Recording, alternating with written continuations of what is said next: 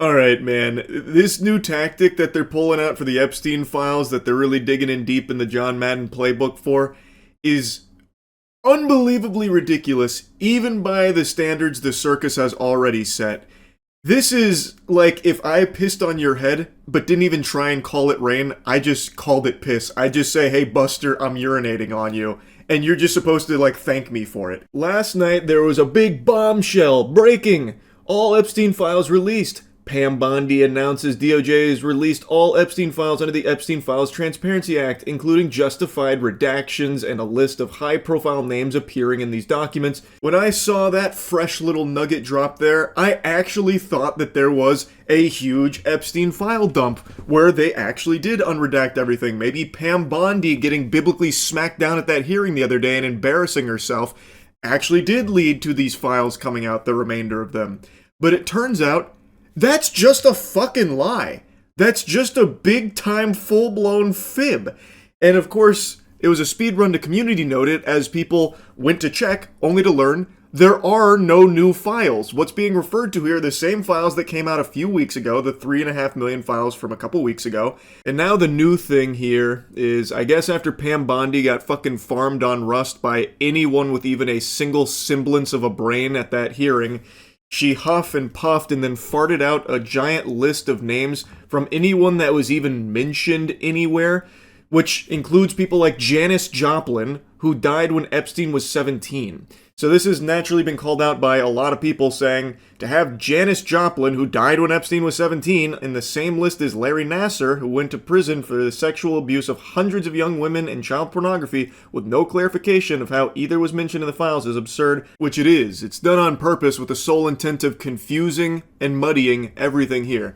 They combined the actual, real, evil child sex trafficking clients with just random people's names who appeared in emails like Janis Joplin. This is ridiculous, and it's just blatantly corrupt right in your face. There is no new files here. That is just a lie. Yet for some reason, it's being peddled by tons of people as if it's real. I guess they all got the call, so Alex Jones here preaching about how Pam Bondi just unleashed the full Epstein files. She dropped her trousers and took a shit on this whole narrative that the Epstein files implicate anyone in this administration. In fact, it backfired bigly on the left, on powerful Dems like Bill Clinton. And others busted, while fake smears against Trump are bullshit. Vindication for Trump. It's crazy how Alex Jones, for years, was talking about this elite pedophile ring that was raping and torturing and killing children, and now he is finally proven beyond a shadow of a doubt to be right. He was completely correct on that, and now he has to pussyfoot around the subject, just tiptoeing, walking on eggshells because some of his friends are in there. Dude went from secretly filming Bohemian Grove to being best buddies with its members. So now, we all know that this is correct. Alex Jones could have taken a victory lap on this shit, but instead he's been preoccupied with 6'7" Labubu and whatever other dog shit that is, and anytime he mentions the Epstein files, he has to do so with Trump's cock in his throat about it. He only focuses on those easy, low-hanging fruit of the Epstein files like Bill Clinton. Alex Jones explores the Epstein files like this with his hands over his eyes, really scared, making sure to put on the blinders so he could block out all of his friends' names, so he can laser focus on easy shit like Bill Clinton, who everybody knows is guilty in all of this. Real groundbreaking stuff, goober. It's incredible what a paid shill this guy is. And I just saw he's doing like a press tour about how all of this is the result of Trump, by the way. He went in there and said, you gotta release this now. It's time we fucking release everything unredacted. No more, softball in it. As if Trump was the reason this happened. Even after, for a whole year, Trump has been saying it's a hoax. It's not real. Move on, move on, move on. We gotta stop caring about this Epstein stuff. Does anyone still care about this? No one in America cares about this. Yeah, Alex, I'm sure Trump is the one that went in there and really strong-armed the release of anything. And again, Alex Jones is saying all the files are released now. That is just provably false. That is not true. There are no new files that Pam Bondi just released, Alex. It should be obvious to anyone paying attention, or even just a smidgen of attention. You don't even have to, have your eyes glued to it or anything. Even just glancing should be pretty clear, painting an obvious picture that the powers that be are using Alex Jones as a very convenient mouthpiece to regurgitate their shit and defend them, and do a lot of sweeping for them. We are in an era where you have this information at your fingertips, and they are telling you, disregard what your eyes can see and listen to us and nothing else. It's so fucking scary because people are willingly doing it. You can check yourself to see if there are new files that dropped, and it only takes a couple of seconds to get the real answer. No new files have dropped. You can find the truth yourself, and it takes seconds. And they know that, so they're relying on you just being too lazy and too blind and too much of a sheep so they can just feed you things and have you believe them without bothering to check. So they can just lie and say that Pam Bondi just unleashed the nuke on Epstein. All of it's right there, and it's only Democrats. Look at that. Backfired bigly. And you won't bother to check it yourself. It's craziness, and it sucks that it works so well. If you do bother to do any amount of actual research on the Epstein files, you'll find it's more than just Democrats. It's Democrats and it's Republicans. It's a ton of the world's most powerful people that have engaged in some of the most unthinkable, evil actions imaginable.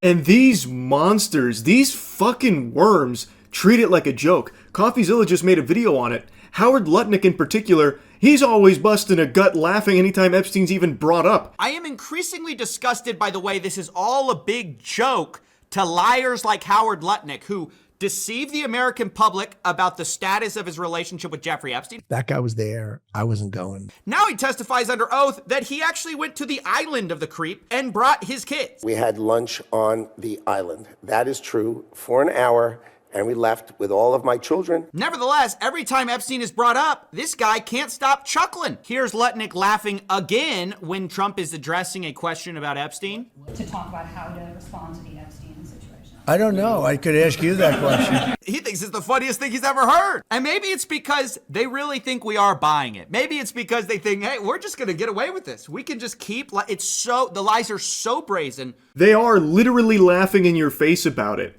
They know they're getting away with it. They're not even trying to hide it anymore. It's just so brazen, like CoffeeZilla said. And then you have people like Alex Jones that are just parroting that same shit like, everyone's absolved except for the people we don't like. And also, by the way, even if it was only the people you don't like that are implicated here and guilty, why aren't they being arrested? Ask yourself that question. Why aren't the people like Bill Clinton being arrested? Why is nobody getting arrested for the Epstein files? I know I've already said this, but even if the only people that were guilty in here are the people you personally don't like, why wouldn't Trump and this administration be going fucking full throttle, whole hog at them, trying to throw them in the slammer? Food for thought, I suppose. Perhaps it's because they know if they went down, it would put them at risk too, because it's not just the people you don't like. You are just so focused on the ones you don't like that you'll block out all of the other shit. You will not use your own fucking brain. Now, another big thing that's come out that it seems like a lot of mainstream media and a lot of Twitter personalities refuse to speak on is Epstein's potential ties to Israel. It's very weird. Yet no one really seems to want to talk about that connection. Why is that? I just find it odd how you have so many Twitter patriots and mainstream outlets that just outright ignore this potential connection of Epstein and Israel. And Israel is a very important subject in American politics, it seems. Politicians can't stop praising them, glazing them, and Trump in particular, his mouth has become a glory hole for Netanyahu. So don't you think it would be something worth talking about and investigating if there is potentially a tie between Epstein and Israel? I mean, I feel like that would be something that a lot of people would want to know more information about to find out if it's true or not, or what's going on there. Because again, every politician in this country, this administration and even previous administrations love to bend over for Israel. I came into Congress 13 years ago with the stated intention of being the leading defender of Israel in the United States Senate. And I've worked every day to do that. We need America to wake up and prioritize Israel and bring home Israelis and make sure we stand by our number one ally in Israel. That's right. What cause is dear to your heart? Cause is dear to my Israel. Defense of Israel. What is number one? I have said to people when they ask me if this Capitol crumbled to the ground, the one thing that would remain is our commitment to our aid, and I don't even call it aid, our cooperation with Israel. That's fundamental to who we, Miriam Adelson is amazing. What she has done for Israel, for our country and for this world is second to none. Thank you, my friend. The sad truth is, for way too long, anti-Semitism has been allowed to grow unchecked in this country. Too many institutions have abdicated their moral responsibility to speak up. There's an additional 100 clips I probably could have pulled, but these were the ones that were top of mind, and I think it's pretty clear that Israel is an extremely important subject to the powerful politicians in this country. Fucking Ted Cruz goes as far as to say it's the sole reason he got into politics is to defend them. I've said it before, I'll say it again, I don't know how that's not treasonous. He is a representative in our country who is openly stating that his priorities are a foreign entity. Whatever, I guess. I suppose that's fine by today's standards. I don't really get how. And boy howdy, isn't that Nancy Pelosi statement quite the eye-opener. Even if everything crumbles over here, we will still find a way to honor our aid to Israel. We'll start botting in RuneScape if that's what it takes to make enough money to send it to Israel. Damn everything else here, that's the most important part. Pretty crazy shit, I would think. I feel like maybe I'm on the crack pipe here, but that should be a little concerning that the politicians that are supposed to be representing this country seem much more focused on the interests of another. But anyway, my point is, with the release of all of these Epstein files, even though hundreds of the files are just completely worthless garbage that are fully fucking redacted, just nothings, there is still a lot that remains that showcases a potential connection of Epstein and Israel. Now, of course, nothing's confirmed or anything, but shouldn't that at least warrant some kind of investigation, at least some kind of poking around? This administration is very blunt about how little they care about the Epstein files. They literally say that. Trump always talks about how no one should care about this and move on. And also, they're very open about, we're probably not going to look to investigate anything. There's nothing actionable in there. Whoops-a-daisy. Can't do anything about it. Sorry. And, of course, Perjury Patel just continues to lie about it.